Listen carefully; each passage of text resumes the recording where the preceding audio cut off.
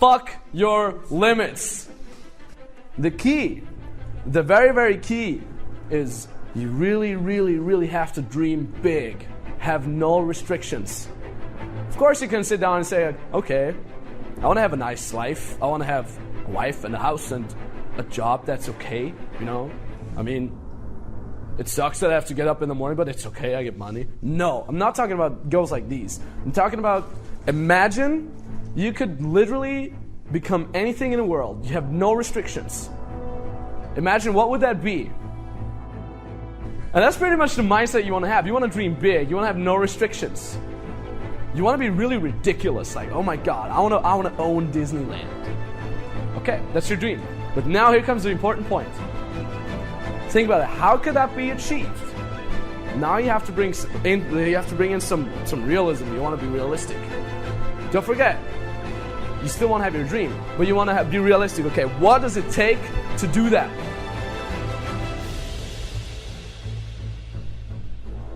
Habitualize what brings you further. You want to do everything that brings you further in such a frequency that it literally becomes a habit. I'm not talking about, oh, I'm going to the gym today. No, it has to become a habit.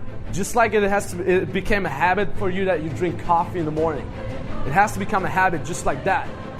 For me, habits, meditation. I meditate every day. It's a habit. I just do it. I don't even think about it anymore. It's like, oh, I haven't meditated today. Meditation. It has to become a habit. Once it has become a habit, you just do it every day and you will progress. Continuity. Commit to massive action. I cannot emphasize that enough. There has to be continuity. When you want to get better, don't just do it for one fucking week. No, you have to continue doing it for days, weeks, months, years. It's a continuous thing that you have to do. You really have to commit to taking massive action. Always bear in mind, when you're sitting at home watching TV, you're not getting better. When you're sitting at home watching TV, there's someone else out there who's working his ass off. There's someone else out there who's getting better. He's taking the process and the progress that you should do. So in order to train your willpower, you want to make yourself a little uncomfortable every day. And the part of the brain, the prefrontal cortex, that is responsible for the willpower, that part of the brain will grow stronger, just like an actual muscle. So make yourself a little uncomfortable every day. So when you talk about making your dash dance, point one, you got to be willing to do it afraid. See, you might be waiting for the fear to stop. So many times we're waiting. I'm waiting to get something right. I see your hands going up. You guys know if it's your truth, you can raise your hand just like we did on day 0. You're just kind of waiting. You're waiting to get everything in order. You're waiting so that everything is in you, it's together. You're waiting to not be afraid. You're waiting to have the courage. You're waiting to have all the money. You're waiting to lose weight. I'm afraid, what do? Do it anyway. I'm afraid I don't quite know if I should move. Move anyway. I don't know if I should leap. Leap afraid.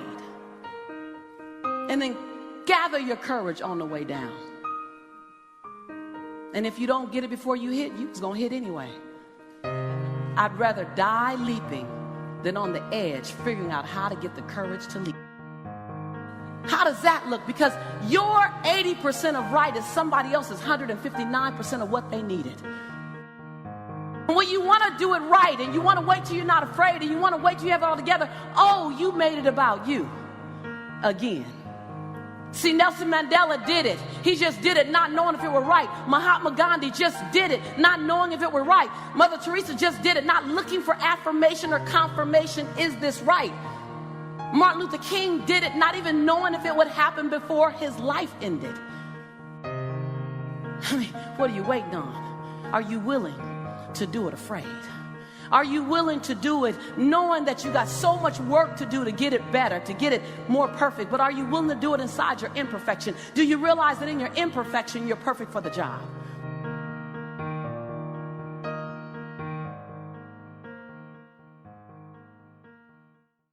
The easiest thing to do. It's a natural human inclination when you're comfortable, when you're relaxed, when you have some semblance of good emotions, to just chill there and not risk it. To not step out of that comfort zone. It's evolutionary, right? Once you have kind of a good thing, you have a chance of passing your genes along, you don't want to fuck it up. You don't want to take those risks. You don't want to keep excelling. You don't want to put that pressure on yourself.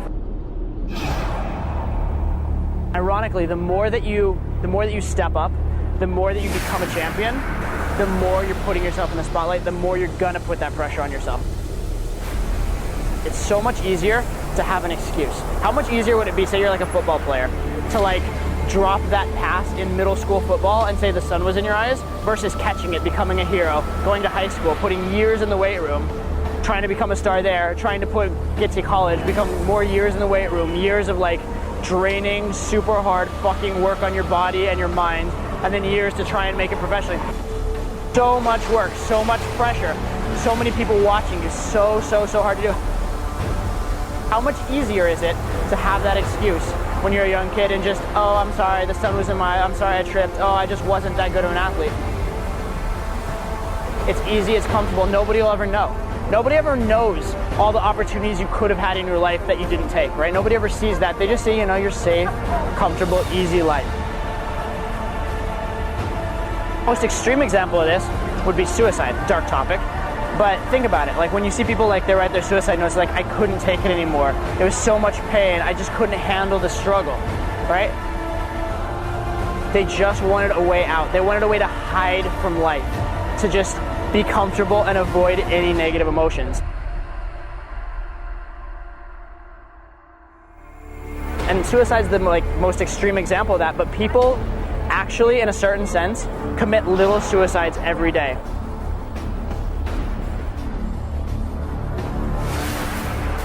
Every time you see that hot girl and you go talk to her, every time you could push for like a promotion at work or push to go out and like do your dream job and you stick with the safe, comfortable, sickly, easy job, you're not pushing yourself, you're not going outside of that comfort zone, and you're dying a little bit inside.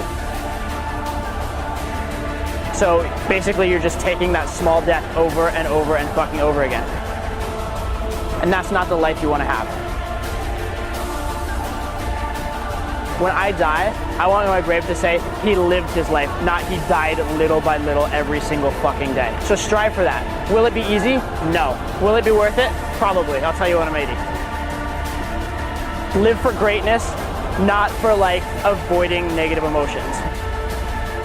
Nobody remembers someone who lived his life safe and comfortable and just avoided bad feelings. That's weak, that's chode, fuck that. When we're laying on our deathbed, you're not going to worry about how much money you had, how much power you had, how much prestige. You're going to see that that was all game, that was all an illusion.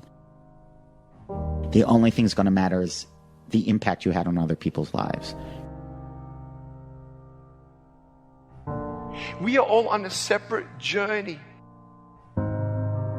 But the beautiful thing about our life here on this earth is at my funeral, they ain't going to talk about my success.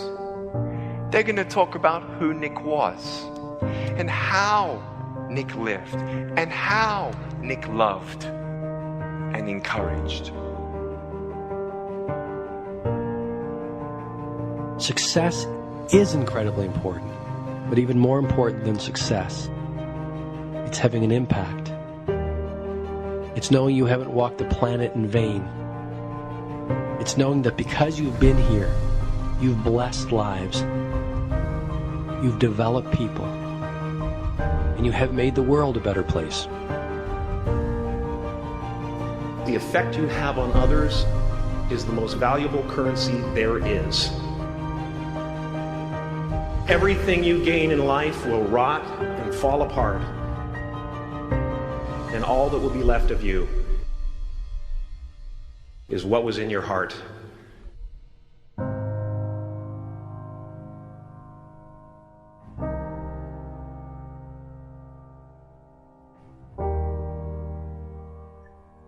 Life is a mirror.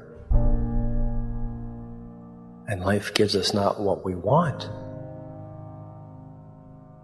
Life gives us who we are. When you were born, you cried while the world rejoiced.